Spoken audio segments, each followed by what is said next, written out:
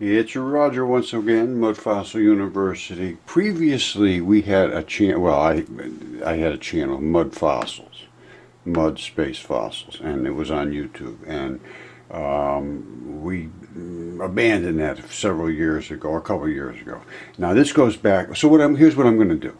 Now this video here goes back to I don't know, back to November of 2015, and. So all I'm going to do is I'm going to let them play, and then we're going to transfer them over to the Mud Fossil University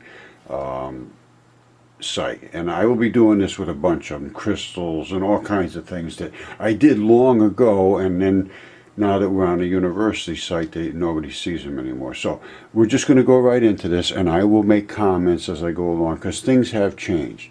Now this is Giants Causeway, and they're, I was saying they're giants, and they are. So here we go, listen. All right, I have found mud fossil giants, and they're enormous giants. They're hundreds of feet tall. And I have the evidence, and they've been DNA tested, and they're 100% human. Well, before we go into that here, I'll just show you. Let's go into Mud Fossil. This is the mudfossil.com, mudfossils.com. And if you go down over here on the left in the bottom, click on the DNA lab report. And here's all the DNA lab. And this is very, very detailed. And there's 3 samples that were sent, and all of them came back positive. And it's a certified lab. And so if you want to go there and look at that, that's fine. So let's get out of there, get out of here, and get back to here. And here we go. And it says in the Bible there was giants in the earth in those days, and then it just drops it. And guess what? They're right. The earth literally appears to be made of giants. This is Giants Causeway, and it has every single architecture of the human body. And all the earth has the exact same architecture. It's called the foliations of the earth, and they are identical to the human architecture of muscle tissue and fibers. We have all of the characteristics of the human body, or any creature here. There's the muscle fibers, there's the striations of the muscle fibers, where the little, I forget what they call them, but there's layers in between them. They turn them into barrels. They have by the way, don't yell at me for tapping on the screen. I get this all the time. I originally did tap on the screen. I am trying not to do it anymore. Crystalline structure, and the reason that these are crystalline structure like this is because the blood makes a 6-sided hexagon when it solidifies, and I can show that and demonstrate that. And also, every single fiber in your body and organs and everything have fascia around them, which separates them from everything else. That's why these things aren't all glued together. They're because of the fascia, and that's exactly what happens in the mud fossils. And I intend to show, with the video that's coming up, that the chemistry is here, everything's here. So there's virtually no question. The emphasis points are there. Just you make your own decision. I'm saying there's no question. That's my point of view. All right, this is from ericwelker.com. Now, these are the exact identical same formations that muscle forms. Now, they come up with this is the patterns of the earth. This is exactly what they find, the structures inside the earth. They are identical to the patterns of human muscle or muscle. Now here's the other patterns. This is the patterns of those are patterns of tendons. It's exactly the pattern. This is what they have in the earth, and they know it, and they call them by the same names and everything, but they just can't open their eyes big enough. Of tendons. There is no difference, identical. And then there's also, they have the other ones that are they're all this stuff. This is the vascularization of the human body. It's identical. There is nothing here that isn't corrected. Nothing. And all of this is found in these giants.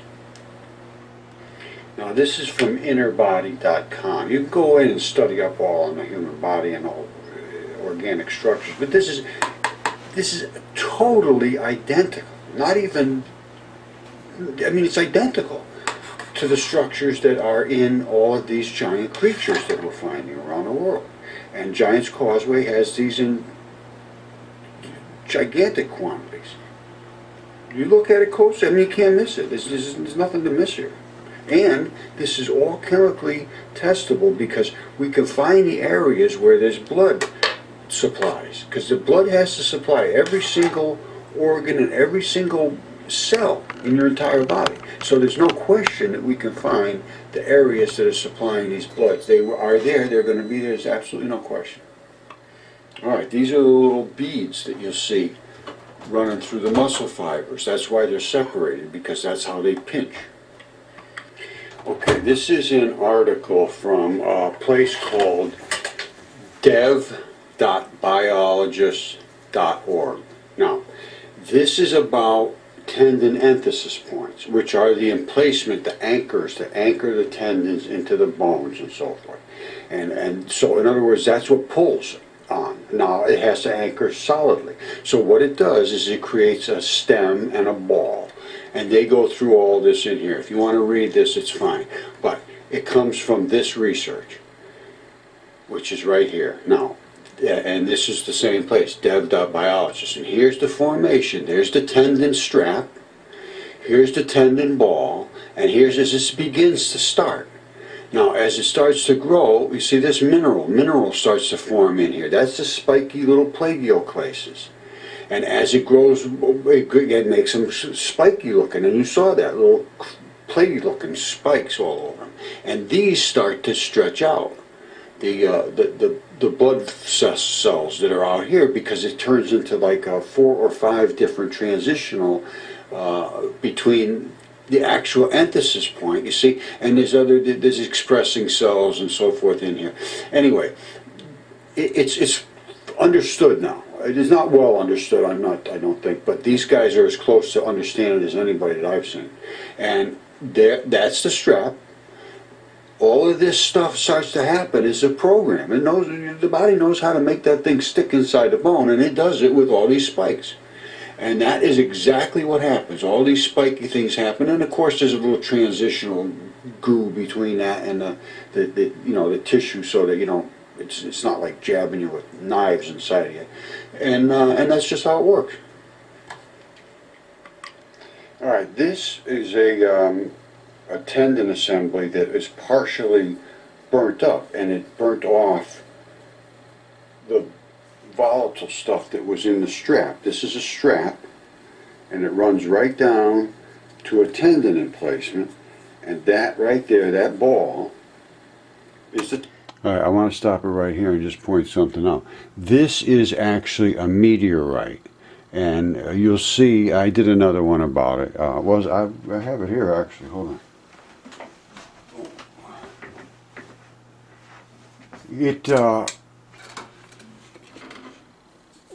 It burns off the flesh, and it leaves the tendon and the internal part. And the reason it's not a cinder, it's just like singed really badly. This is my opinion. I came through at night. When they come through at night, the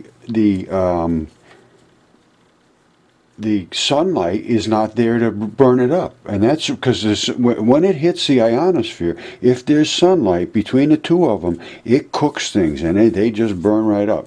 Now this exploded the red blood side, and this is the enthesis point, and that is the identical same thing that Comet 67P is, and I do a couple of videos on that.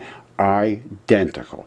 And NASA, after the Rosetta mission, the European Space Agency did, they found out that it is 100% organic out there. It's not space, water and ice and all that business. It's organic. When they shoot out of the holes, they're shooting out of blood vessels. There's little tiny blood vessel holes. When they shoot out those vapors, that's they're cooking the thing. It's being cooked from the sunlight. And as it turns into the sunlight, it shoots out the vapors. And where they're shooting out is from the blood vessels that service that tendon enthesis point. And that's what you see on Comet 67P. Anyway, this came through space as well. And there's all kinds of body parts in space. Every single meteorite I can find has blood in it. You can take that right now, and I guarantee you there's going to be testable DNA in there. So anyway, let's go on. The tendon in place. You see that? That's And Comet it's round, 67P. what happens is they come down and they invest right into the bone or whatever tissue and so forth. And this is extremely spiky. That stuff there is as hard and spiky as it gets. And that wraps around that ball. And those are plagioclases. And that embeds itself like a spiky ball inside of whatever the matrix is around it, and they don't rip out of there. So this ball transitions into a strap, and I'm going to show you that in a second. This is the tendon ball that I'm talking about, right down there. Okay, you see that? That's the ball, and they are spiky and like crazy. Now that should not be outside of a bone. That's supposed to be inside, stuck into something. You see the straps? And they go through that little finger trap, they call it. And that is what keeps this mat from just floating around nowhere. And that's what anchors them. And they have a couple that show they're right on top of each other and so forth. Anyway, that's the ball. All right, this is a mud flap. Right. By the way, that's the strap that we were just looking at, and that is the ball. And they come down and they anchor in. And this blew out the fleshy side of it, because this is the red blood side, and it just burned up coming through space. All right, and that's the tendon. All right, here we go. Fossil bone, and this is where you see that hole right there, and all those little tiny holes in behind it. That's how they anchor these balls into the bones, and those are ligaments and tendons, and that's how they invest themselves into other tissue. And this is, I'm going to show you that in a microscope shot. Now, that's in a normalish size person or whatever it was, creature. This here is the kind of ball that you find in the giants. And that I cut off. It was round as a cue ball, and I have another one right here. It was cut, and they have that same architecture. They have that round, and they invest themselves. And inside here, you see that this has been eaten by acids. But inside where those little vessels are, those little holes, those would have been the fibrils. And here's one that this was never in acid. You see how those little white spiky things in it, they call them plagioclases. Well, what they are is those are the anchors. And they anchor out into the tissue that's around it. Now, this had two straps, one going over the other, and this particular architecture here, it fits in what they call a Chinese finger trap, and that invests in, and then it sits in here like this, and that's what holds the strap in place, and I'm going to show you that. Alright, you remember the tendon ball I showed you before with all the spiky? That would be a complete ball, and that is the strap running back, and the strap has been like gassed off. Now, look at those right there down at the bottom. Those are spiky antithesis points from tendons, and this is exactly what you expect to see here, from the fibrous transition into the tendon balls. And all right, I've been doing a lot of videos on the giant stone balls. That's what those are. All right, and they're all over the earth, and they come in clusters, thousands of them, hundreds of them, all everywhere, and they are gigantic. These are not even big. There's things that will wear away. The straps go bad because they're of a different chemical nature, and the spiky balls have plagioclases and olivines in them. Okay, I believe I showed this before, and there's the strap coming down with all that spiky looking stuff. That is the strap material, and then it comes down to the ball, and the ball has all the spikes around it, like I said. Now, this one right down here is from a giant creature that's much bigger, and it was this is limonite, I believe they call this, and it is the product of volcanic areas. Now, you see this spiky little stuff that's coming down here? That was the strap, and this was the ball. Only it's crushed, but you can see there's the teeth. This literally is skin. That's a skin attachment. That's what this yellow is. I was calling it limonite, but it really is more of the kaolin clays. And you can see the brown on the top of there. That's the blood. This is literally the anchor, the teeth that anchor in skin. This is skin. And you'll see well, you'll see. There's the teeth in the ball right around there, and that would have held solid in there so that that tendon could do what it was supposed to do. All right, if you can see all these little boulders here all over the sides, I'm saying those are emphasis points. And I showed you what the emphasis points are built like, and that's what they are built like. And I can guarantee you that if you do the geology on this, you'll find out that that's exactly what they are. And these basalt columns, they call them, are fibers of muscles. And the reason that they're separated from each other is because of fascia, and fascia separates muscles. And because you see in these muscles the little striations, they're like little barrels. That is where the muscles divide, and that's the pinching part of the muscle. Alright, this is, I'm not sure what kind of a bone it is, but this is one of those bone foramens. It's a cavity in the bone, and inside of it you have your vein and your artery. And those run to support this bone. Now, I don't know what kind of a bone it is, but every bone has it. And there's bones right there that have them.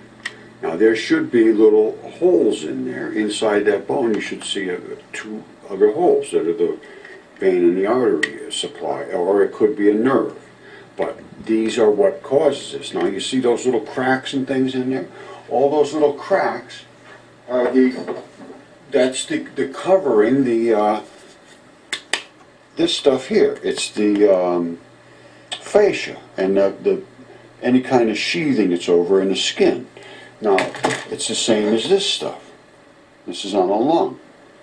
So that's what it is. And all I can tell you is that's what it is. So it needs to be looked at, and every bit of this giant fits exactly to the scheme of life. All right, well, and then experts find mud fossils unimpeachable. I got a lot of videos. Okay, Roger from Mud Fossil University. I just want to show you this before I get blocked from this group. This is Fraudulent Archaeology Wall of Shame, and they've never against turned people around. that come up with fraudulent archaeology.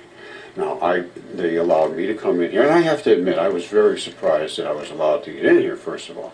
And I did post, and here I am as a new member, and I posted about the cyborg human examination, and I showed it's quite serious, and it's quite involved. And here's what you get. I don't think a psychiatrist would even know what to say or prescribe as a treatment. Here's a duck saying no, so I hit him. All right, there's no reason to go on anymore about that. Those are all highly expert people that pay no attention to anything on that particular site. It's really absolutely unbelievable. And this was what I was presenting, something that has every bit of scientific information to go along with it, and credible.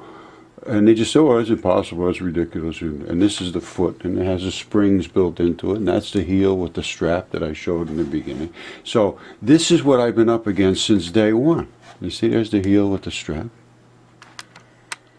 And these are the new species. Nobody wants to be involved in anything.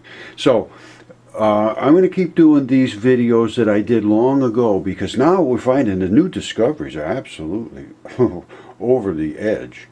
And it gets into everything else too. So just stick with me, and these are going to be old videos, so you might have seen them on our other channel 2, 3, 4 years ago.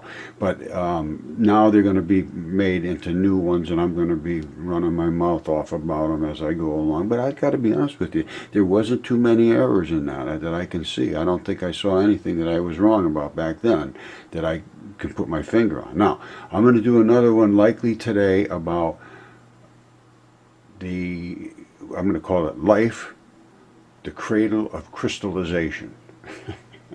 How crystals form. And it's a very simple process. Anyway, God bless you all, and we're going to do it again.